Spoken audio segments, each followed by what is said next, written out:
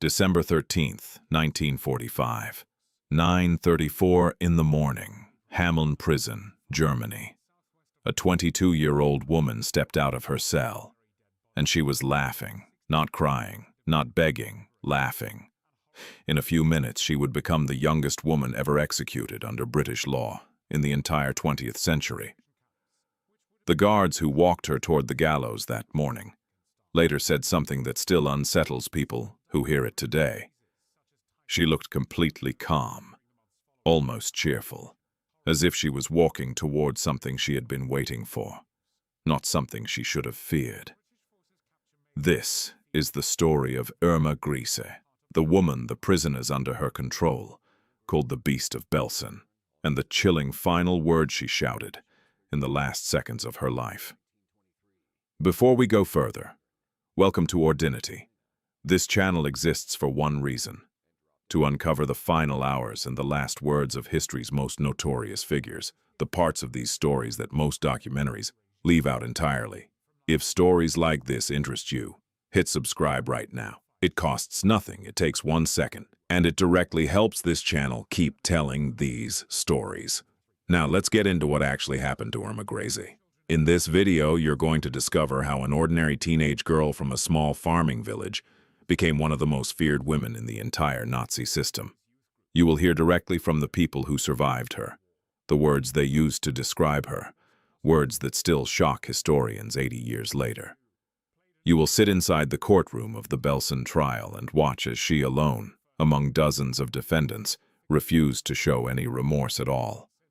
And at the very end, you will hear the exact word she shouted standing on the gallows. A single word that has haunted accounts of her execution ever since. To understand how this happened, you have to go back to where it all began.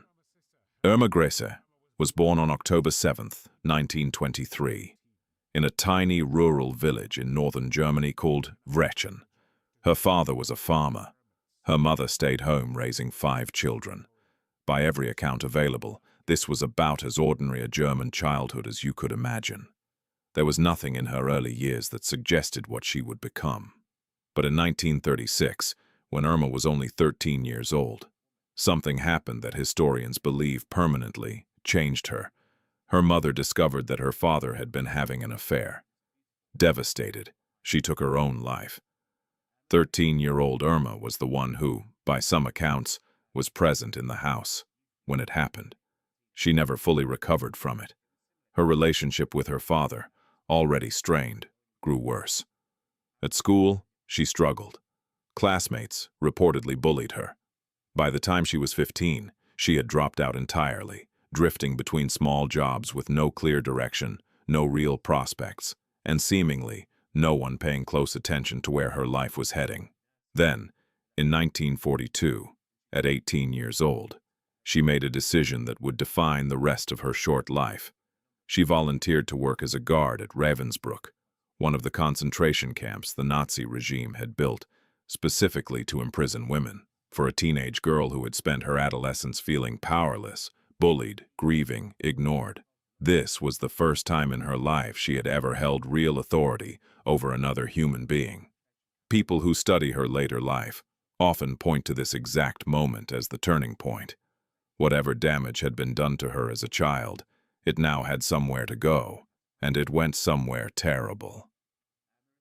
By 1943, at just 20 years old, Grace had transferred to Auschwitz-Birkenau, and within a remarkably short time, she had risen to become the second highest-ranking female SS officer in the entire camp.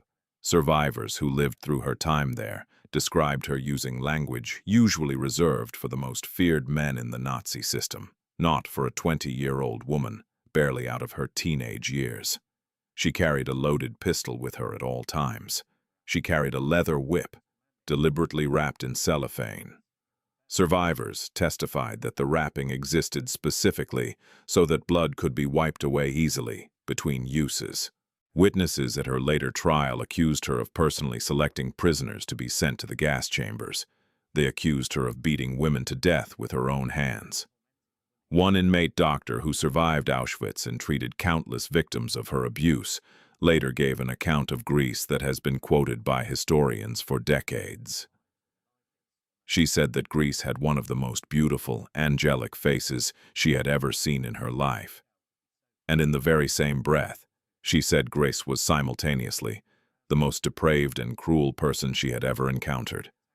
That single contradiction, extraordinary beauty paired with extraordinary cruelty, is part of the reason her name has never faded from history the way so many other camp guards have. By 1944, Grese had been promoted yet again and transferred to Bergen-Belsen, where she continued in the same role until British forces liberated the camp in April of 1945. When Allied soldiers walked through those gates and saw with their own eyes what had been done to the people inside, the name Bergen-Belsen became permanently associated with some of the worst horrors of the entire war. Irma Grese was arrested within hours. What followed became known to history as the Belsen Trial, one of the very first major war crimes trials held after the war ended, taking place even before the more famous Nuremberg trials began. 44 defendants stood accused that day, facing charges connected to the deaths and suffering of thousands of prisoners at Bergen-Belsen and Auschwitz. Grese pleaded not guilty. For 9 grueling weeks, survivor after survivor took the witness stand. They described in detail that silenced courtrooms exactly what she had done to them and to people they loved who never made it out alive. The evidence presented was overwhelming. Testimony piled on top of testimony, witness after witness identifying her specifically by name. And here is what separated her from almost everyone else on trial that day. Many of the other defendants wept on the stand. Some apologized.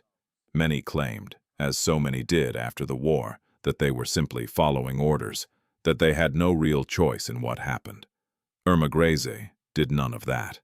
Courtroom observers who documented the trial noted that of every single person charged that day, she alone showed almost no emotion, almost no remorse, through 9 entire weeks of testimony against her. When the verdict was finally read, 11 of the 44 defendants were sentenced to death by hanging. Greece was one of them. Her legal team filed an appeal. It was denied. Field Marshal Bernard Montgomery, one of the most respected military leaders of the entire war, personally reviewed and rejected the final pleas for clemency that had been submitted on her behalf. There would be no further delays. Her execution date was set for December 13, 1945. What happened on the night before her death is one of the details that historians return to again and again when trying to understand who she really was. According to prison accounts, Grese spent that final night together with 2 of the other condemned women. Rather than spending their last hours in prayer, in tears, in any visible expression of fear or regret, the 3 women reportedly spent the night singing songs from their old days serving in the SS. Not weeping, not pleading for forgiveness, singing, as if the gallows being prepared for them just outside meant absolutely nothing. The morning of December 13th, 1945, arrived cold and quiet. The man assigned to carry out the executions was Albert Pierrepoint, Britain's most experienced executioner, a man who by that point in his career had personally carried out hundreds of hangings. Decades later, he wrote his own detailed account of that specific morning, and it remains one of the most cited descriptions of Grese's final moments. The first to be executed that day was Elizabeth Volkenrath, the chief of the SS women at Belsen, who was hanged at 9:34 in the morning. Roughly 30 minutes later, it was Grese's turn. Pierrepoint described walking down the narrow prison corridor and calling out her name. The guards unlocked her cell door, and according to his own written account, she stepped out, smiling. Not the reaction anyone in that prison expected from a 22-year-old woman walking toward her own death. She walked toward the gallows calmly, almost cheerfully, as the guards positioned her for the final moment. And then, in the last seconds before the trapdoor opened beneath her feet, Witnesses present that morning say she shouted a single word in German, schnell. It means quickly. Even facing the very end of her life, she wanted no delay, no hesitation. She wanted it fast. At 10:03 in the morning, on December 13th, 1945, Irma Grese was pronounced dead. She was 22 years old. To this day, 80 years later, she remains the youngest woman ever judicially executed under British law in the entire 20th century.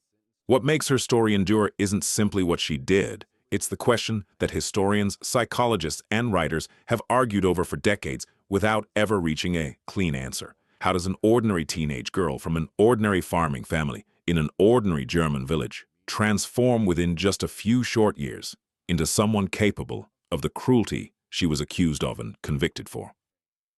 Some historians point to the trauma of her mother's death when she was only 13, and to a childhood marked by bullying, instability, and a complete absence of guidance at exactly the age she needed it most.